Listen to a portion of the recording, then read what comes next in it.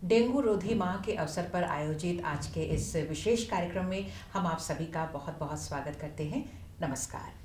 जी हाँ, इस पूरे माह यानी पूरे जुलाई में हम डेंगू रोधी माह मना रहे हैं और इसके अंतर्गत बहुत सारे कार्यक्रम चलाए जा रहे हैं और साथ ही साथ बहुत सारी जो गतिविधियां हैं वो आगे भी होने वाली हैं।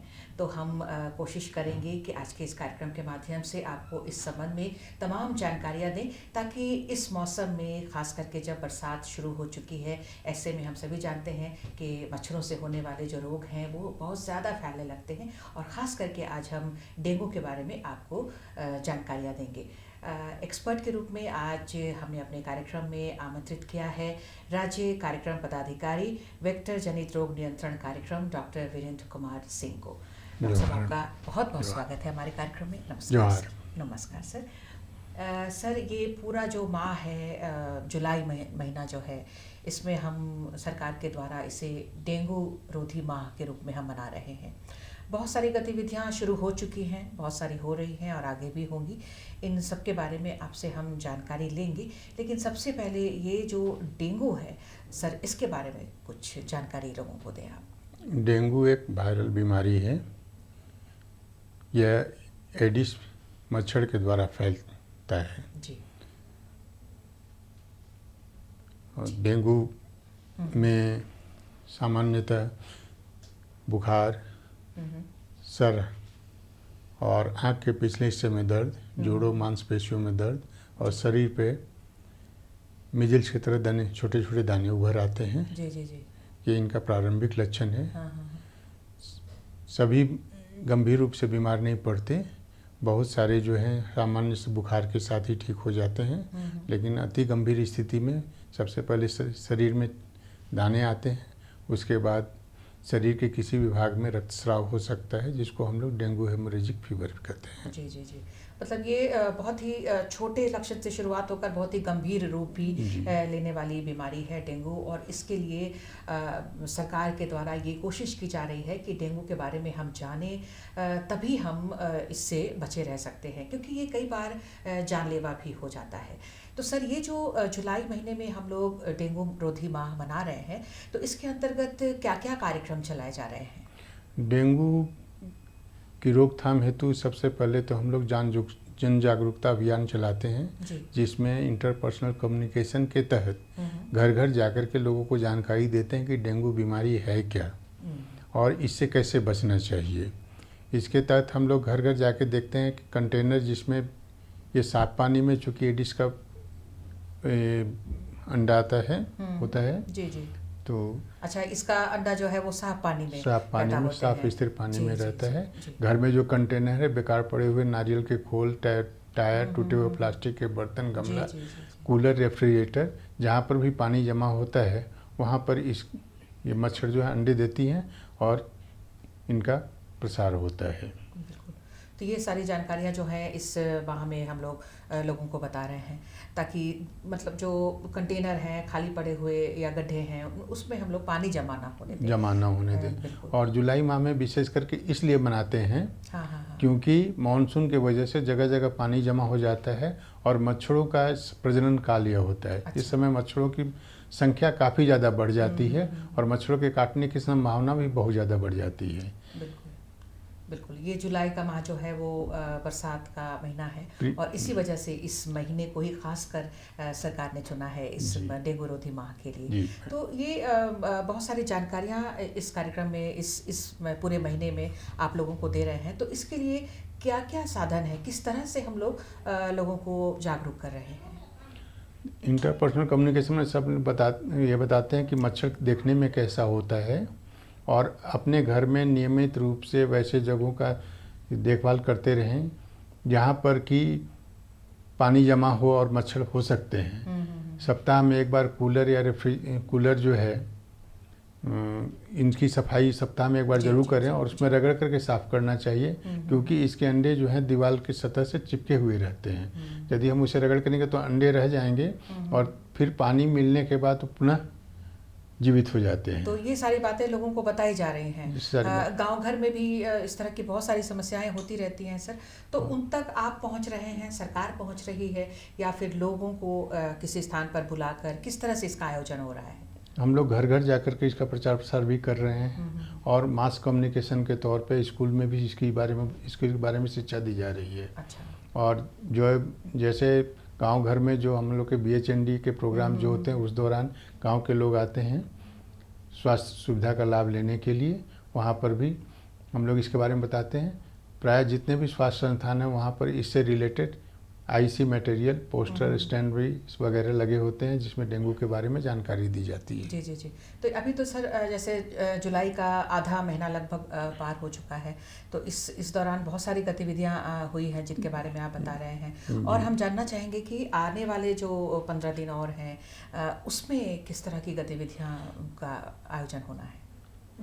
मैडम, इस दौरान में हम लोग जैसे फॉगिंग वगैरह करवाते हैं नगर पालिका की सहयोग से, नगर निगम के सहयोग से हम लोग फॉगिंग करवाते हैं। जहाँ पर वेक्टर की संख्या, एडिस मच्छर की संख्या ज़्यादा हो जाती है तो उसके कंट्रोल के लिए हम लोग फॉगिंग करवाते हैं। हाँ। और घर घर जाकर के डेंगू के बारे में बताते हैं। साथ में यह भी बताते हैं कि यदि किसी कारण से आपके जो मैंने पहले बताया ये लक्षण यदि मिलते हैं तो किसी भी नज़दीकी स्वास्थ्य केंद्र में जाकर के आप इसका इलाज करवा सकते हैं। क्योंकि डेंगू के इलाज के लिए कोई निश्चित दवा नहीं है डेंगू को कंट्रोल करने के लिए, इसलिए इसका उपचार सामान्यतः लाक्षणिक तौर पर ही, लक्षण के आधार पर ही किया जाता है। लक्षण के आधार पर किया जाता है। तो ये शुरुआत में ही जैसे आपने जो लक्षण बताया सर, तो उस तरह का लक्षण दे तो लोगों को फौरन नज़दीकी स्वास्थ्य केंद्र में ज़रूर जाना चाहिए। ये नहीं कि अपने मन से कुछ भी दवाइयाँ ले ले, नहीं तो फिर ये बाद में स्थिति खराब हो सकती है, जानलेवा हो सकता है। तो इसकी जाँच कैसे की जाती है सर? इसकी जांच एलाइजा टेस्ट के द्वारा ही इसके बारे में कंफर्म होता है, जिसकी सुविधा हमारे राज्य के 3 मेडिकल कॉलेज और DPH चाईबासा, साहेबगंज, दुमका, गोड्डा, हजारीबाग, पलामू, पूर्वी सिंहभूम और सिमडेगा में मुफ्त में उपलब्ध है। तो उस जगहों पर यदि आप कहीं भी बीमार पड़ते हैं तो वहाँ से सैंपल कलेक्ट करके हम लोग इन सेंटर पे भेजते हैं। जहाँ पर इसके बारे में कंफर्म होता है कि आपको डेंगू ही है। और एक बार मार्केट में भी वैसे जांच होता है। सामान्य जो प्रैक्टिस करते हैं वो लोग भी इसकी जांच करवाते हैं। मतलब जिनके पास सुविधा है वो वहाँ भी जा सकते हैं, लेकिन सरकार की ओर से भी पूरी सुविधा है इसकी जांच के लिए। लेकिन एलाइजा टेस्ट कंफर्मेटरी है इसके लिए कंफर्मेटरी है। तो एलाइजा टेस्ट से ही ये पता चलता है कि किसी व्यक्ति को डेंगू हुआ है या नहीं हुआ है। तो जैसे आपने बताया सर कि डेंगू का कोई ख़ास दवा नहीं है, बुखार की दवा देते हैं, लेकिन कई बार जो डेंगू के चलते जो मौत हो जाती है सर, तो ये किस वजह से होती है? ये घातक कैसे हो जाता है? डेंगू जो है 98% या अधिकांश केसों में सामान्य बुखार, सर दर्द हल्का होकर के रह जाता है। लेकिन जब यह बीमारी बढ़ जाती है शरीर में प्लेटलेट की कमी होने लगती है और उस दौरान धमनियों से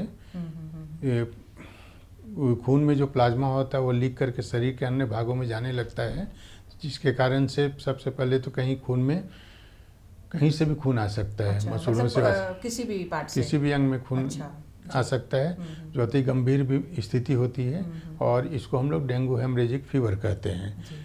इसके बाद इससे और एक अति गंभीरतम स्थिति होती है जिसको हम लोग डेंगू शॉक सिंड्रोम कहते हैं। तो उसमें जो है व्यक्ति का रक्तचाप कम हो जाता है, उसको बेहोशी भी हो सकती है और सामान्यतः पानी चढ़ाने के बाद भी व्यक्ति का रक्तचाप नॉर्मल नहीं हो पाता है। ये बहुत क्रिटिकल स्थिति होती है। सबसे ज़्यादा आकस्मिकी इसी स्थिति में होती है, इसी बीमारी में सबसे ज़्यादा जो है वो परेशानी हो जाती है लोगों को और मौत होने की भी संभावना हो जाती है। जो भी डेथ होता है वो लास्ट वाले में ही होता है, या तो डेंगू हेमरेजिक फीवर में या फिर डेंगू शॉक सिंड्रोम में। इस स्थिति में अगर कोई मरीज पहुंच जाता है डेंगू का, प्लेटलेट्स की जैसे कमी होने लगती है आपने बताया, तो उस समय फिर किस तरह का ट्रीटमेंट होता है? देखिए, राज्य में हमारे जितने भी ब्लड बैंक हैं सब में भी ब्लड कंपोनेंट सेपरेशन की यूनिट स्थापित की जा रही है। तो प्राय सभी जिला अस्पताल में ब्लड कंपोनेंट जिसकी ज़रूरत है उसी की उपलब्धता हो पाएगी। तो किसी भी डिस्ट्रिक्ट हॉस्पिटल में आपका डेंगू के अति गंभीरतम रोगियों का इलाज संभव हो पाएगा। और सबसे अच्छी बात यह है कि इस साल हम लोग 56 केस मिले हैं जनवरी से लेकर के अभी तक में, अभी तक एक भी डेथ नहीं है। बहुत सौभाग्य की बात है कि मरीज तो मिले हैं लेकिन कोई डेथ नहीं हुआ। पिछले साल भी कोई डेथ नहीं था। जी बिल्कुल। तो सर, ये जो माह है, हम लोग बहुत ही ख़ास उद्देश्य के साथ हम इस जुलाई महीने में डेंगू रोधी माह मना रहे हैं। तो चलते चलते 2 शब्दों में, 2 लाइन में अगर आप कुछ संदेश लोगों को देना चाहें अपनी तरफ से। डेंगू के लक्षण जैसे ही आपको पता चले, नज़दीक के स्वास्थ्य केंद्र पर जाएं, अपनी जांच करवाएं, सही इलाज करवाएं, रोग से बचें और अपनी जीवन रक्षा करें। जी जी जी, आपका बहुत बहुत धन्यवाद सर। अभी हमारे साथ थे डॉक्टर वीरेंद्र कुमार सिंह, और अब हम डेंगू रोधी माह पर ही बातचीत करेंगे। हमारे साथ हैं स्टेट आईसी कंसल्टेंट नीलम कुमार। तो नीलम जी, आपका हमारे कार्यक्रम में बहुत बहुत स्वागत है। बहुत सारी बातें डॉक्टर वीरेंद्र कुमार सिंह सर से हुई हैं। आपसे हम ये जानना चाहेंगे कि ये जो डेंगू रोग है वो किस प्रकार का रोग है और एक दूसरे में कैसे इसका फैलाव होता है? डेंगू जो है ये वायरल रोग है, वेक्टर जनित रोग इसे कह लीजिए, जो मच्छर के काटने से फैलता है। एडिस मच्छर है जो डेंगू फैलाने के लिए जिम्मेदार है। मादा एडिस मच्छर के काटने से डेंगू फैलता है।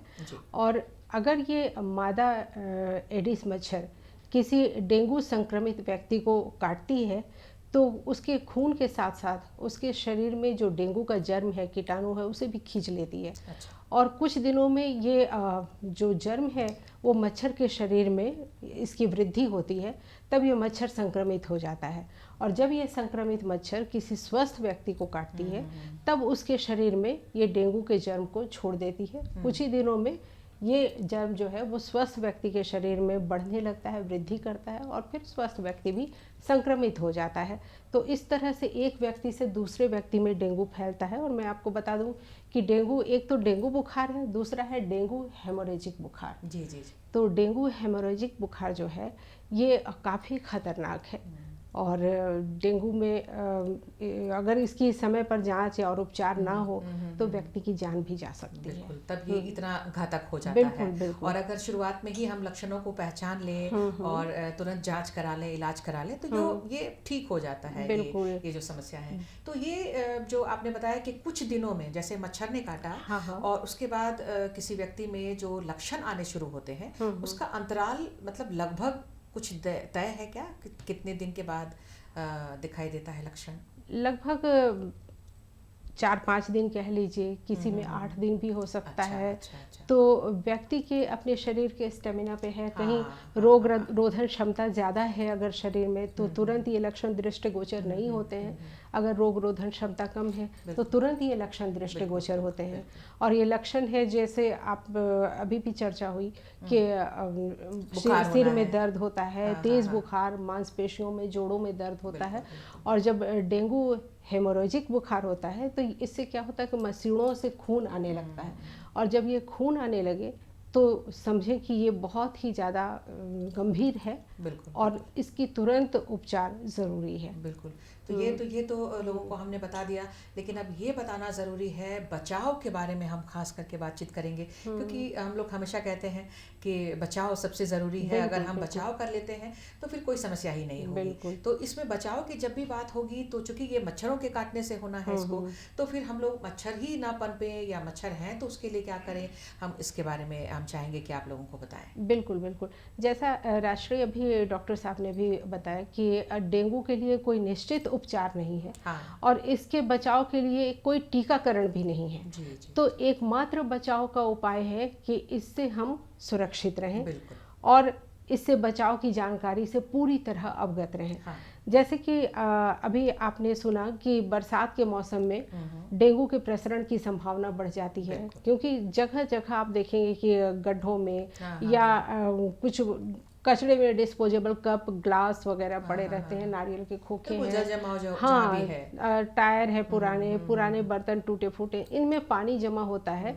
तो थोड़े से भी पानी में अगर मच्छर पनपने लगे तो सैकड़ों मच्छर पनपते हैं। और एक चीज़ आपको मैं बता दूं कि अगर कोई संक्रमित मच्छर, संक्रमित मादा एडिस मच्छर अगर अंडे देती है तो उसके सैकड़ों अंडे भी संक्रमित पैदा होते हैं। और इस तरह से आप देखिए कि बहुत गंभीर मामला है कि इससे आपको सैकड़ों मच्छर संक्रमित मिलेंगे और तब ये डेंगू और भी ज़्यादा फैलेगा। तो हमें बचाव के लिए करना ये है कि बस जरा सी सावधानी और बहुत बड़ी सुरक्षा है।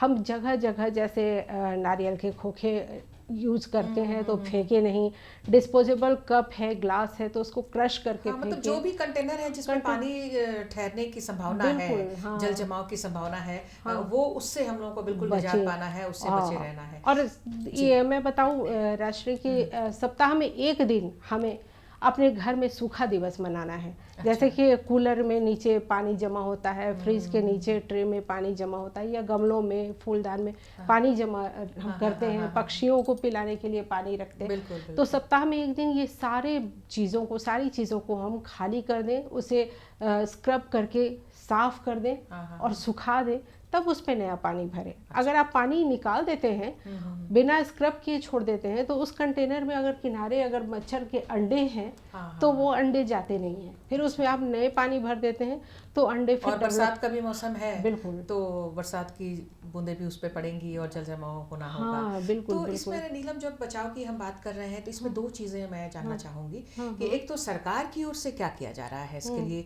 किस तरह से मच्छर न पनपे या मच्छरों को हटाना है, उनको मारना है, उनके लिए सरकार क्या कर रही है, और प्लस हमें क्या करना है।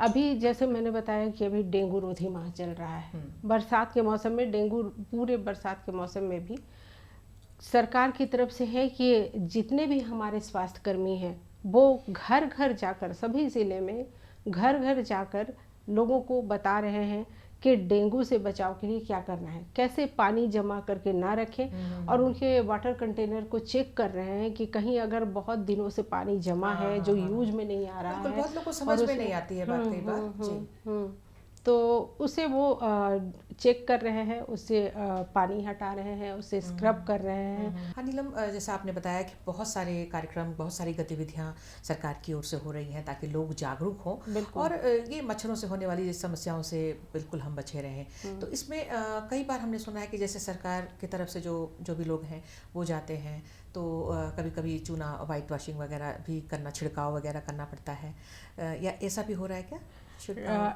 एक्चुअली ये छिड़काव जो है वो डेंगू के लिए तो हम लोग नहीं कर रहे हैं, ये मलेरिया के लिए कर रहे हैं। कालाजार ज़िलों में कालाजार से बचाव के लिए कर रहे हैं। तो डेंगू के लिए बस यही है कि नालियाँ वगैरह जो हैं जल जमाव से बचे। तो इसमें मैं बीच में आपको रोक रही हूँ, इसमें सरकार भी, क्या लोग देखते रहते हैं कि ये जो गड्ढे हैं सरकार आके भरेगी, या खुद करना पड़ता है? ऐसा नहीं है, ऐसा है कि ऑनरशिप खुद लेना पड़ता है। सरकार ने जो भी सुविधाएं उपलब्ध करा रखी हैं, कई जगहों पे मुफ्त जांच और उपचार की सुविधा है, चाहे आपको बहुत ज़्यादा वेक्टर सर्वेलेंस की जा रही है कि जगह जगह घर घर में हम लोग वाटर कंटेनर चेक कर रहे हैं, तो ये चेक करके बताया जाता है कि इस तरह आप पानी ना रखें। अगर पानी रखना ज़रूरी है तो उसे ढक कर रखें, कभी भी खुले में ना रखें, छत पर पानी की टंकी खुले ना रखें। और ये संभव नहीं है कि हर घर में जाकर आप ये खुद करें। अगर बताते हैं तो हमारे दर्शकों को खुद ये ऑनरशिप लेना होगा, खुद से करना होगा, ताकि वो हमेशा सुरक्षित रहें और इतने खतरनाक रोगों से उनका बचाव हो सके। बिल्कुल, तो ये जरूरी है। बिल्कुल बिल्कुल। ये जो सोक करने वाले जो गड्ढे बनाए जाते हैं, शोकपीट रहते हैं, शोकपीट रहते हैं, बिल्कुल, वो भी अभी चल रहा है क्या अभियान? हाँ, चल रहा है, वो चलता है अभी। ये जो गांव में एक समिति बनी हुई है जिसके माध्यम से लोगों को बहुत सारे उसमें चीज़ें बहुत सारी होती हैं साफ़ सफाई के लिए, सैनिटेशन के लिए। उसमें ये भी है कि अगर जहाँ पर चापाकल है गांव में, तो वो पानी कहीं गड्ढों में जमा ना हो, वहाँ एक सोकपिट बनाया जाए और वो सारा पानी सोकपिट में जाए। या फिर ऐसे निकासी हो कि लोग अगर खेती कर रहे हैं तो पानी खेतों में जाए और खेतों में सिंचाई हो उससे, तो ये पानी इकट्ठा ना हो, ये वहाँ पे अवेयर किया जा रहा है, लोगों को जागरूक किया जा रहा है और सोकपिट भी बनाया जा रहा है। ये बहुत बड़ा कदम है और ये सोकपिट बहुत ज़रूरी है कि ताकि ये जो पानी का जमा होता है वो किसी अच्छे काम में हम उसका इस्तेमाल कर लें, ना कि मच्छरों के लिए उसको छोड़ दें। और बाकी ऐसे गड्ढों को पानी से बचने के लिए और भी जैसे मलेरिया के समय किया जाता है कि मछली वगैरह देते हैं या फिर ऑयल छिड़कते हैं, ऐसा कुछ भी इस क्या क्या गतिविधियाँ हो रही हैं ये गड्ढों में? जहाँ पर अगर छोटे गड्ढे हैं आपके घर के आसपास है तो उन्हें आप भर सकते हैं मिट्टी से और जहाँ बड़ा जल जमाव वाला क्षेत्र है तो उसमें आप मिट्टी से भर तो नहीं सकते। हाँ, अगर गंबूसिया मछली उसमें डाल दें तो ये हो सकता है। अगर बड़ी मछलियाँ हैं तो फिर गंबूसिया मछली भी डालने से नहीं, बल्कि थोड़ा सा जला हुआ मोबिल या किरासन तेल अगर उसमें डाल देते हैं तो फिर वहाँ पर मच्छर नहीं पनपेंगे, तो मच्छरों को पनपने से रोका जा सकता है। बिल्कुल, और पनपने से रोक लेंगे तो फिर तो सबसे बड़ी समस्या ही जो है बिल्कुल वो हल हो जाएगी। बिल्कुल, हाँ। जी, अगर किसी व्यक्ति को डेंगू हो गया है तो उसको क्या प्रिकॉशन लेना है? अगर किसी व्यक्ति को डेंगू हो गया है और डेंगू के लक्षण दिखाई दे रहे हैं तो उसे नज़रअंदाज नहीं करना है, बल्कि सरकारी अस्पताल में जाकर इसकी जांच करवानी है। और सरकारी अस्पतालों में इसकी जांच और उपचार की सुविधा बिल्कुल मुफ्त है, तो वहाँ पे वो जाएं और जाकर उसकी जांच करवाएं और उपचार करवाएं। और इसका कोई निश्चित उपचार नहीं है, जैसा कि मैंने आपको कहा था कि जो लक्षण है जो शुरू में नॉर्मल बुखार के लिए दवा देते हैं, उसके आधार पर ये उपचार किया जाता है। और मच्छरदानी का प्रयोग तो बहुत ज़रूरी है कि मच्छरों से बचाव के लिए जहां आप जल जमाव से बचते हैं वहीं मच्छरदानी का प्रयोग एकदम ज़रूरी है। और ये मच्छर जो है वो दिन में ही काटते हैं, तो जिसको डेंगू हो गया है उसको भी मच्छरदानी में रहना है। बिल्कुल बिल्कुल, ताकि उसे, जैसे अगर डेंगू हो गया उसे मच्छर अगर काट के फिर स्वस्थ व्यक्ति को काटते हैं, मतलब पूरे परिवार को होने की संभावना इसमें बनी रहती है। बिल्कुल है, आस पड़ोस में भी होने की संभावना है, तो उसे भी मच्छरदानी में बचना है ताकि डेंगू प्रभावित लोगों से दूसरों को डेंगू ना फैले।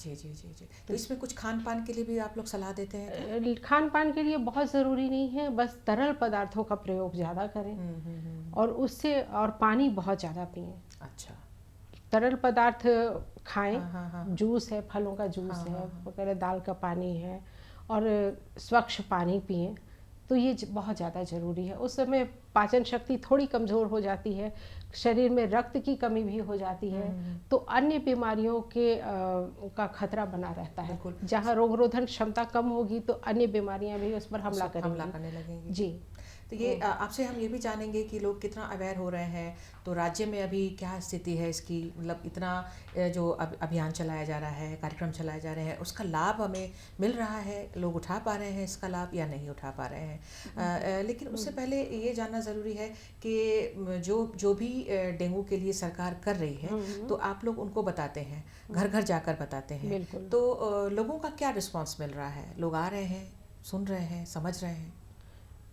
इसका रिस्पांस तो अच्छा है राजश्री, क्योंकि पहले डेंगू की स्थिति थी, थोड़ी ज़्यादा डेंगू थे, सभी जगह डेंगू के मामले ज़्यादा आ रहे थे, कई बारी कहीं डेथ भी हुआ किसी ज़िले में।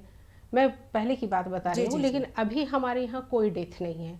और छिटपुट घटनाएं 1 या 2 केस है, और ईस्ट सिंहभूम में 18 केस है, और रांची में 13 है। सभी उपचारित हैं, सभी का उपचार कर दिया गया है। अभी जून तक का यही है कि 18 केस ईस्ट सिंहभूम में और रांची में 13 है, सभी का उपचार कर दिया गया है। टोटल मिलाकर झारखंड में अभी 56 केस हैं और सभी उपचारित हैं। जी जी, बिल्कुल, मतलब उनसे फैलने का कोई खतरा नहीं है, कोई खतरा नहीं है। पूरी जो सुरक्षा है, जो प्रिकॉशंस है वो लिए जा रहे हैं। बिल्कुल बिल्कुल। तो बहुत सारी गतिविधियां इस जुलाई माह में हो रही हैं, तो हमें पूरी उम्मीद है कि इस माह में इतने सारी जानकारियां लोगों तक पहुंचेंगी कि ये जो डेंगू रोधी माह हम मना रहे हैं इसका बहुत सफल जो परिणाम है वो हमें मिलेंगे। क्योंकि समय अब हमें इजाज़त नहीं दे रहा है कि और आपसे सवाल करें, चलते चलते एक लाइन में अगर आप कोई संदेश देना चाहें नीलम। हम अपने दर्शकों से कहना चाहेंगे कि ज़रा सी सावधानी आपकी बहुत बड़ी सुरक्षा हो सकती है, और सावधानी अपनाएं, जल जमाव से बचें, हमेशा मच्छरदानी लगाकर सोएं, फुल बाँह के कपड़े पहनें, और मच्छरों से हर संभव अपना बचाव करें ताकि बहुत सारी मच्छर जनित जो बीमारियां हैं उनसे आपका बचाव हो सके। आप सुरक्षित रहें, स्वस्थ रहें और खुशहाल रहें। बिल्कुल, तो बहुत ही अच्छा संदेश आपने दिया है, स्वस्थ रहें, खुशहाल रहें, और ये जो बरसात का मौसम है उसका पूरा लुत्फ उठाएं। तो नीलम, आपने समय दिया है, बहुत अच्छी जानकारियाँ दी हैं, आपका हम बहुत बहुत धन्यवाद करते हैं। नमस्कार। धन्यवाद। आप सभी दर्शकों को भी बहुत बहुत धन्यवाद। नमस्कार।